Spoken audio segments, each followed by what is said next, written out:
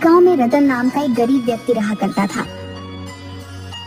जो दूसरों के खेतों में काम करके अपनी पत्नी का और अपना भरण पोषण किया करता था। एक दिन उसकी पत्नी सुनीता रोते हुए बोली, हमारे ऐसे हालात कब तक रहेंगे? पूरे गांव में सिर्फ हमारा ही घर ऐसा है जहाँ पर महीने में सिर्फ 15 दिन ही चूल्हा जलता है और बाकी के दिन भूखा सोना पड़ता है। चिंता मत करो सुनीता, तुम तो जानती हो कि मैं दिन रात दूसरों के खेतों में कितनी जी तोड़ मेहनत करता रहता हूँ। एक ना एक दिन हमारा वक्त भी जरूर बदलेगा। आप कब तक ऐसे ही दूसरों के खेतों में काम करते रहेंगे? कोई ढंग का काम क्यों नहीं ढूंढ लेते? मैं आपसे और स्त्रियों की तरह सोना चांदी नहीं मांगती, मैं बस इतना चाहती हूँ कि हम दोनों को पेट भर के भोजन तो मिल सके। ठीक है सुनीता, मैं आज दूसरे काम की तलाश करता हूँ। रतन कई दिन तक गांव में भटकता रहा, मगर किसी ने उसे काम नहीं दिया।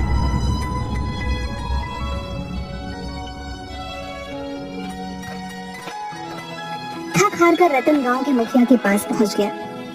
मुखिया थोड़ा सा भला व्यक्ति था। रतन, मैंने तुम्हें दूसरों के खेतों में बड़ी मेहनत से काम करते हुए देखा है? मुझे तुम्हारे ही जैसा मेहनती व्यक्ति चाहिए भाई। समझ लो कि तुम्हारे अब बुरे दिन खत्म हुए। आज से तुम मेरे भट्ठों में काम करोगे, ठीक है? एक दिन रतन काम करते करते थक गया।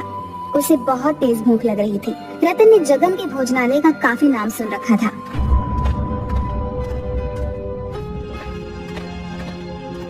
रतन जगन के ढाबे पर पहुंच गया। भैया, जल्दी से गर्मा गर्म अरहर की दाल देसी घी की रोटियों के साथ लगा दो और थोड़े से चावल भी लगा देना। बहुत जोरों की भूख लगी है भैया। अरे, दाल में तो बहुत अच्छी अच्छी खुशबू आ रही है और साथ में देसी घी की रोटियां भी हैं। आज तो खाकर मजा ही आ जाएगा। कुछ ही देर में रतन सारी प्लेट साफ कर गया और कालू से बोला, अब कितने पैसे हुए भैया? आपने अरहर की दाल, देसी घी की रोटियां और चावल खाए हैं, कुल मिलाकर आपके पैसे हुए 1000 रुपए। क्या क्या बकवास कर रहे हो तुम? बकवास नहीं कर रहा हूँ, खाने के पैसे मांग रहा हूँ। अरे ये ढाबा है या 5 स्टार होटल? इतना महंगा तो खाना शहर के रेस्टोरेंट में भी नहीं मिलता। मैं तो समझ रहा था कि इस ढाबे में खाना और ढाबे की तरह मिलता होगा। और वैसे भी दाल रोटी चावल की कीमत तो ज्यादा से ज्यादा 100 रुपए होगी। हर ढाबे पर तो यही रेट चल रहा है। तो तुम्हारा दिमाग तो ठीक है? जानते भी हो ये ढाबा किसी अरे गहरे का नहीं है, जगन भाई का है, जगन भाई का। अरे जगन भाई के ढाबे का खाना खाने तो विधायक से लेकर मंत्री तक आते रहते। और जब तुम्हारी इस ढाबे में आने की औकात नहीं थी तो फिर यहाँ मुंह उठा करके चले आए। सीधी तरह से 1000 रुपए दे। लेकिन मेरे पास इतने पैसे नहीं है। 1000 रुपए तो मैं 10 दिन में भी नहीं कमा पाता, तो तुम्हें कहाँ से ला कर दूंगा? कालू अपने मालिक जगन को आवाज देते हुए बोला, जगन भाई, इस व्यक्ति ने पेट भर के भोजन किया है, लेकिन ये अब पैसे नहीं दे रहा। जगन क्रोधित होकर रतन के पास आकर बोला, क्यों रे? जब जेब में पैसे नहीं थे तो फिर खाने के लिए यहाँ क्यों आ गया? यहाँ मुफ्त में खाना नहीं मिलता, पैसों का मिलता है। चल पैसे निकाल। मुझे क्या पता था कि आपके ढाबे का खाना इतना महंगा मिलता है। मैं तो इस ढाबे को भी और ढाबों की तरह समझ रहा था। तो ये तुम्हारी दिक्कत है, मेरी नहीं।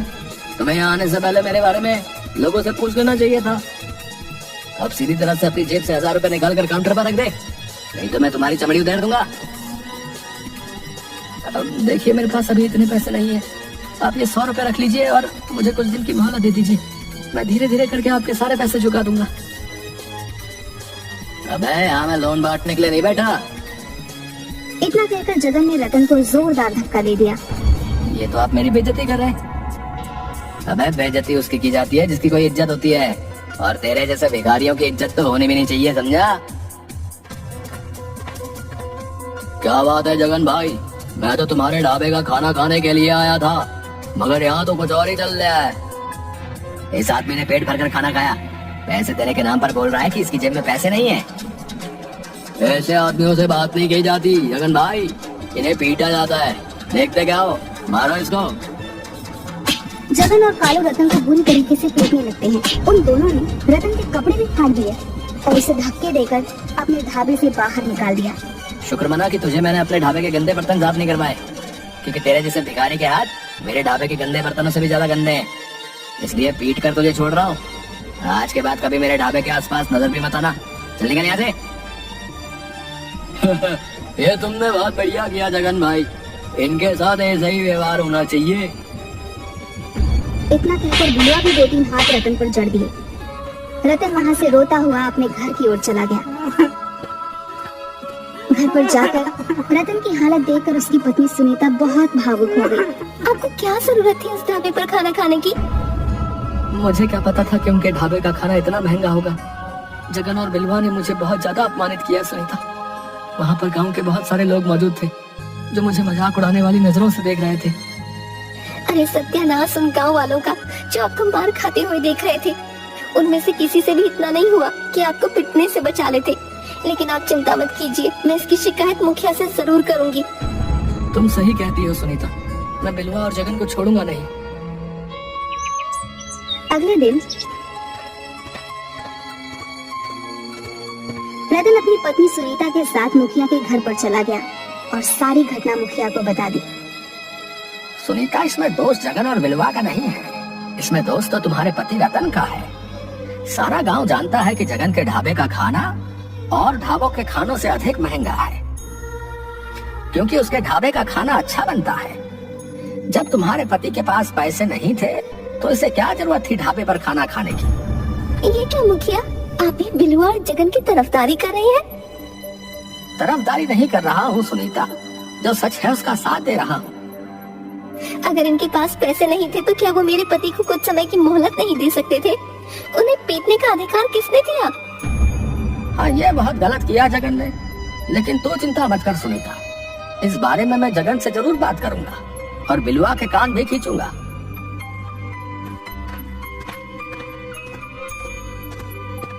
मुझे नहीं लगता कि मुखिया कुछ करेगा।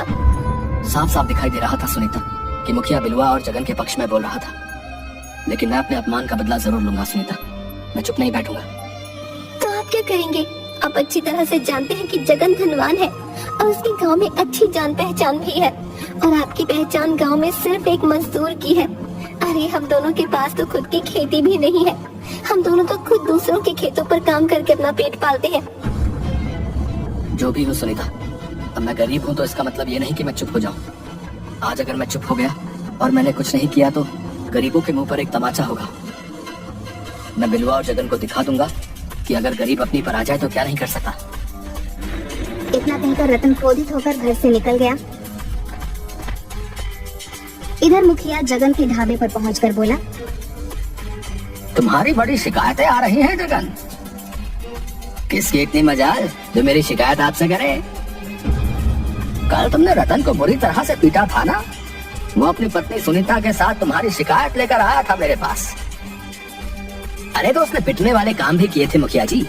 आप ही बताइए, मेरे ढाबे पर आकर अरहर की दाल, देसी घी की रोटियां तो बड़े चाव से खाई, और जब पैसे देने का नंबर आया तो अंगूठा दिखाने लगा। जो भी हो जगन, लेकिन तुम्हें उसे पीटना नहीं चाहिए था। और तुम्हारे ढाबे पर सिर्फ रतन ही नहीं बल्कि और भी न जाने कितने लोग आए दिन पिट कर जाते हैं। तुम्हारा ये दुर्व्यवहार कहीं किसी दिन तुम्हारे ऊपर भारी ना पड़ जाए। आपके होते हुए मेरे दोस्त जगन पर कोई माई का लाल हाथ लगाने की हिम्मत करेगा मुखिया जी? और फिर मत भूलिए कि जगन का दोस्त मैं भी हूँ। मेरे होते हुए गांव में किसकी हिम्मत जो जगन के खिलाफ आवाज उठा सके? इसी बात का तो डर है बिलवा कि तुम जगन के दोस्त हो। अब ये सब बातें छोड़िए मुखिया जी, मैं आपको अपने ढाबे पर मुफ्त खाना इसलिए नहीं खिलाता कि आप गांव वालों की शिकायत लेकर मेरे ही पास आए। देखो जगन, मैं तुम्हें सिर्फ समझाने आया हूँ। तुम क्यों नहीं समझते कि आज का दौर सोशल मीडिया का दौर है? कहीं किसी दिन किसी ने तुम्हारे गरीबों के साथ दुर्व्यवहार का वीडियो बनाकर फेसबुक पर अपलोड कर दिया तो लेने के देने पड़ जाएंगे, फिर मैं भी कुछ नहीं कर पाऊंगा। इतना कहकर मुखिया वहां से चला गया। सुनीता रात को अपने पति का इंतजार कर रही थी। आधी रात होने को आई थी मगर रतन अपने घर नहीं आया था। रतन रात में जंगल के एक पेड़ के नीचे गहरी सोच में बैठा हुआ था कि तभी उसके कानों में एक व्यक्ति की आवाज टकराई। काफी देर हो गई है तुम्हें यहाँ पर बैठे हुए। पिछले 6 घंटे से देख रहा हूँ कि तुम इसी पेड़ के नीचे गहरी सोच में बैठे हुए हो। कौन है आप और इतनी रात को इस जंगल में क्या कर रहे हैं? ये सवाल तो मुझे तुमसे करना चाहिए कि कौन हो तुम और इतनी रात में इस जंगल में क्या कर रहे हो? मैं आपकी बात का मतलब नहीं समझा। मतलब बाद में समझना। तुम्हारा चेहरा देखकर साफ साफ मालूम पड़ रहा है कि तुमने सुबह से कुछ नहीं खाया, तुम बहुत भूखे हो। इतना कहकर उस नौजवान ने एक थाली रतन के सामने रख दी। रतन ने देखा कि उस थाली में सब उसकी ही पसंद के व्यंजन रखे हुए थे। सोचो मत, खाना शुरू कर दो। रतन को सच में वाकई बहुत भूख लगी थी। रतन खाने ही वाला था कि तभी उसे कुछ याद आ गया। नहीं चाहिए भाई, मैं घर पर जाकर अपनी पत्नी के हाथ का बना हुआ ही खाना खाऊंगा। मुझे अच्छा खाना खाने का कोई अधिकार नहीं। ये कैसी बातें कर रहे हो तुम? मैं तुम्हारा ये खाना खाऊंगा, तुम मुझसे पैसे मांगोगे और वो मेरे पास तुम्हें देने के लिए नहीं है। नहीं भाई, मुझे तुमसे कोई पैसे नहीं चाहिए। तुम पहले आराम से खाना खाओ और फिर मुझे बताओ कि तुम किस गहरी सोच में डूबे हुए थे। हो सकता है कि मैं तुम्हारी कोई मदद कर सकूं।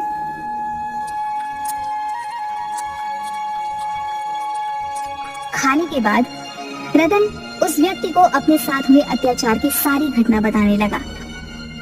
तुम्हें पता है तुम कहाँ हो? मैं जंगल में हूँ। नहीं, तुम जंगल के अंदर उस भूतिया जंगल में हो जिसे भूतिया जंगल के नाम से बुलाया जाता है, जहाँ पर लोग दिन तक में आने से डरते हैं। भाई, उस व्यक्ति की बात सुनकर रतन के चेहरे पर डर झलकने लगा। अचानक उसे याद आया कि वह गुस्से में इतनी दूर पैदल चलता हुआ यहाँ तक आ गया था कि उसे अब याद भी नहीं रहा कि वह जंगल के अंदर भूतिया जंगल में पहुंच चुका था। डरो मत, हम कोई भूत प्रेत पिशाच नहीं है। हम साधुओं की संतान हैं। इस जंगल में सिर्फ साधु और उनके परिवार ही रहते हैं। हम लोग बाहर की दुनिया से ज्यादा ताल्लुक नहीं रखते, क्योंकि हमारा सारा ध्यान ईश्वर की तरफ ही होता है। तुम्हारी बात सुनकर मुझे बहुत बुरा लगा। तुम बताओ, तुम क्या चाहते हो? मैं एक ऐसा ढाबा खोलना चाहता हूँ जहाँ पर हर गरीब सिर्फ 10 रुपए देकर अपना मनपसंद भोजन कर सके और उसके साथ अपमानजनक व्यवहार न किया जाए। तुम्हारे इरादे के बारे में जानकर मुझे बहुत अच्छा लगा, वरना इस जंगल में इससे पहले भी कई लोग आए और अपने लालची पने का सबूत देकर मारे गए, लेकिन तुम पहले व्यक्ति हो जिसे गरीब की भूख की चिंता है।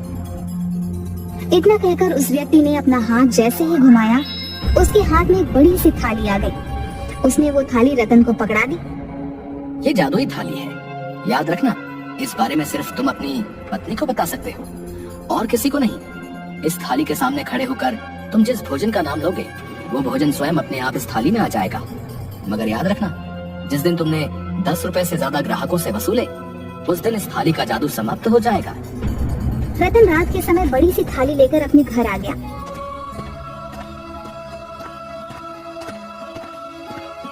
ये क्या है? रतन ने सारी घटना सुनीता को बता दी।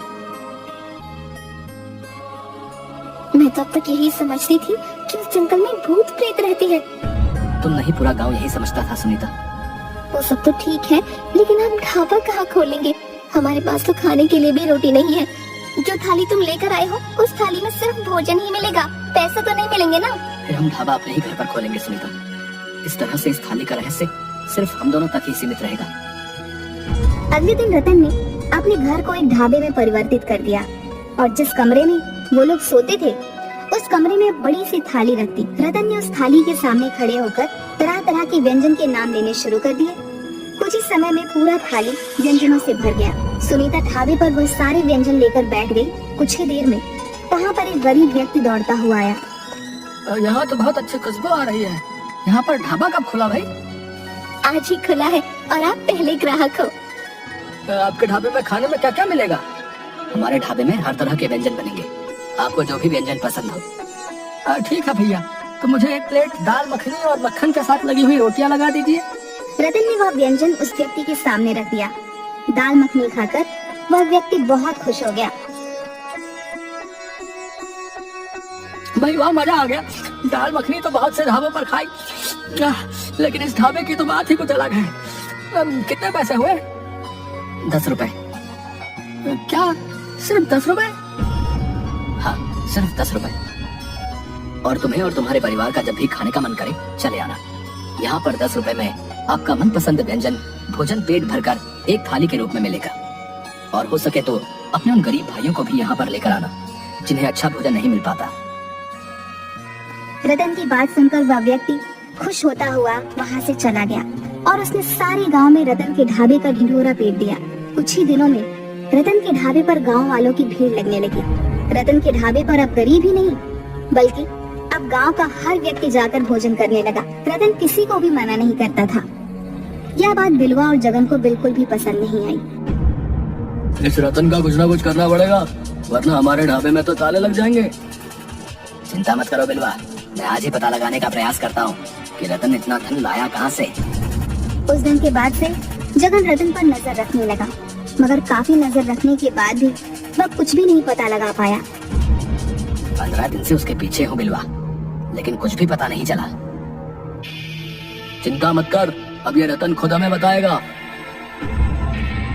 एक दिन रतन किसी काम से जा रहा था कि बिलवा और जगन ने उसे पकड़ लिया। तो तू हमारा ढाबा बंद करवाएगा? जो थाली हम 700 के बेचते हैं तू सिर्फ 10 रुपए में बेचेगा, है बे? बिलवा भैया सही बोल रहे हैं, रतन सीधी तरह से बता दे कि तेरे पास इतना धन कहाँ से आया। मुझे छोड़ दो, नहीं तो मैं तुम दोनों की शिकायत पुलिस वालों से करूंगा। ये ऐसे नहीं मानेगा, मार मार कर इसकी चमड़ी उधेड़ दो। बिलवा और जगन रतन को बुरी तरीके से पीटने लगे। रतन उन दोनों से शारीरिक रूप से कमजोर था। रतन ने दर्द से कराहते हुए सारी घटना बिलवा और जगन को बता दी। चल हमें भी उस जादुई थाली के पास ले चल। ये तो बिल्कुल बेवकूफ है जगन, अगर इसके पास जादू की थाली है तो हम दोनों उस जादुई थाली से इतना धन मांगेंगे कि अपने 5 स्टार होटल इस गांव में खोल सके। रतन बिलवा और जगन को लेकर उसी कमरे में पहुंच गया। बिलवा और जगन उस जादुई थाली से तरह तरह के आभूषण और पैसे मांगने लगे, मगर उस जादुई थाली में कोई भी हलचल नहीं हुई। बिलवा भाई, लगता है ये थाली केवल भोजन ही देती है। तो फिर देसी घी की पूरियां मांग कर देखो। तभी वहाँ पर सुनीता आ गई। बिलवा और जगन रतन को धमकी देकर वहाँ से चले गए। रतन ने हमें बेवकूफ बनाया जगन। सही कहते हो बिलवा भाई, लगता है उसने हमें चूना लगा दिया। रतन का ढाबा उसके बाद भी चल रहा था। बिलवा और जगन की आर्थिक स्थिति अब दिन ब दिन कमजोर होती जा रही थी। जगन भेष बदल बदल कर रतन पर नजर रखने लगा था और एक दिन उसने रतन को उसी जादुई थाली से भोजन मांगते देख लिया। अरे ये तो वाकई जादुई थाली है, जरूर इस हीर ने उस दिन कुछ न कुछ उल्टा सीधा किया होगा। जगन रतन और सुनीता से नजर बचाकर उस गुप्त कमरे में घुस गया और थाली से रतन की ही तरह भोजन मांगने लगा, मगर उसे जादुई थाली में से कुछ भी हासिल नहीं हुआ। जगन क्रोधित होकर सीधे बिलवा के पास जाकर बोला, बिलवा भाई, रतन उस दिन सही बोल रहा था, वो थाली वाकई जादुई है। मेरी आंखों के सामने रतन ने उस जादुई थाली के सामने तरह तरह के व्यंजन के नाम लिए और उस थाली में वो ताजा ताजा व्यंजन अपने आप आ गए। क्या बकवास कर रहा है तू? उस दिन तो उस जादुई थाली में कोई भी हलचल नहीं हुई थी। इसी बात को लेकर तो मैं हैरान हूँ। मुझे लगता है कि वो जादुई थाली सिर्फ रतन की ही बात मानती है। ठीक है, अगर ऐसी बात है तो हम उस जादुई थाली में जहर मिला देंगे, ना रहेगा बांस ना बजेगी बांसुरी। अगले दिन वो दोनों भेष बदल कर रतन के ढाबे पर पहुंच गए, मगर तभी गांव का मुखिया पुलिस लेकर आ गया। गिरफ्तार कर लो इन दोनों को। हमें किस जुर्म में गिरफ्तार किया है? क्योंकि तुम दोनों रतन के ढाबे के ग्राहकों की प्लेट में जहर मिला रहे थे। मैं तुम दोनों से ही मिलने आ रहा था। मैंने तुम्हारी बातें चुपके से सुन ली थी, नहीं तो आज तुम दोनों अनर्थ कर बैठते। तुमने बहुत अच्छा काम किया मुखिया। मुझे माफ कर दो रतन, मुझे अपनी गलती का पछतावा है। क्या मुझे तुम्हारे ढाबे पर कुछ खाने को मिलेगा? क्यों नहीं मुखिया जी, आप हमारे गांव के मुखिया हैं। आपके लिए तो मैं स्पेशल थाली बनवाऊंगा, मगर सिर्फ 10 रुपए में। रतन के पास आज भी वह जादुई थाली है और आज भी रतन 10 रुपए की ही थाली बेचता है।